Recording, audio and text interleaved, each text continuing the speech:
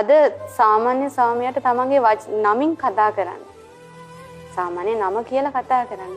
නමුත් එදා එහෙම නෑ. එදා හිටපු ඒ බිරින්දෑවරු කවදාවත් නමින් කතා කරේ නෑ ස්වාමියාට. තමන්ගේ පියාට වගේ ගෞරවයෙන් කතා කළේ. ඒ තරම්ම එකිනෙකා කෙරෙහි ගෞරවාන්විත බවක් ඔවුන්ගේ ජීවිතවල තිබ්බා. ඒ වගේම තමයි අද මේ වර්තමානයේ ගත කරන ජීවිතවලට වඩා එදා ජීවිතේ හරි සරලයි. ජීවිතේ මුදල් පසුපස්ස යන්න තරඟකාරීත්වයක් තිබ්බේ නෑ. ඒ නිසා විශේෂයෙන්ම ස්වාමියා බිරිඳට එකට වාඩි වෙලා එකට කතා කරන්න, අදහස් සෝමාරු කරගන්න, සතුටු වෙන්න, සැනසෙල්ලෙන් ජීවිතේ ගත කරන්න ඕනතරම් කාලය තිබ්බා. ඒ නිසා වුන් ගොඩාක් සතුටින්, සැහැල්ලුවෙන්, ප්‍රීතිමත් ජීවිතේ ගත කළා. උන්ට තරඟයක් තිබ්බේ නැහැ. කොහොම සරල ජීවිතයක් ගත කළේ. ඒ වගේම තමයි විශේෂයෙන්ම බිරිඳ කියන භූමිකාව අතීතයේ ගොඩාක් කරුණාව, මෛත්‍රිය, දයාව, අනුකම්පා, විශේෂයෙන්ම ඉවසීම. ඊළඟට ස්වාමියාට දක්වන කීකරුකම කියන ගුණයන්ගෙන් සුපෝෂිතව වෙච්ච චරිතයක් තමයි බිරිඳ කියලා කියන්නේ. ඒ නිසා ජීවිතයේ මේ පවුලට එන ස්වාමියා බිරිඳ අතර ඇතිවෙන ගැටුම් අතරේ බිරිඳ බොහෝම නිවුණු තැනැත්තියක් වුණා. ඇය බොහෝ විට ඉවසුවා. ඇය හැම වෙලේම ස්වාමියාට කීකරුව යටහත් පහත්ව හිටියා. ස්වාමියාගේ අදහස් වලට ගරු කළා.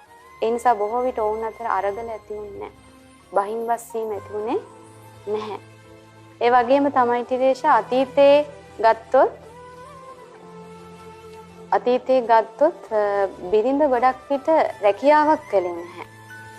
ඇය රැකියාවක් කරන්නේ නැතුව නිවසේ හිටපු නිසා ඇයට තමන්ට බිරිඳක් හැටියට තමන්ගෙන් වෙන්න ඕනි යුතුයකම් වගකීම් ටික ඇය මනාව ඉෂ්ට කළා.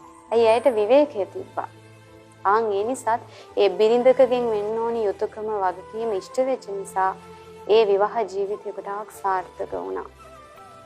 ඉතින් මෙන්න මේ කාරණා නිසා ඇත්තටම ගත්තොත් කලින් අපේ දෙමව්පියෝ ගත කරපු මේ මුතුන් මිත්තන් ගත කරපු විවාහ ජීවිතය සාර්ථක වුණා.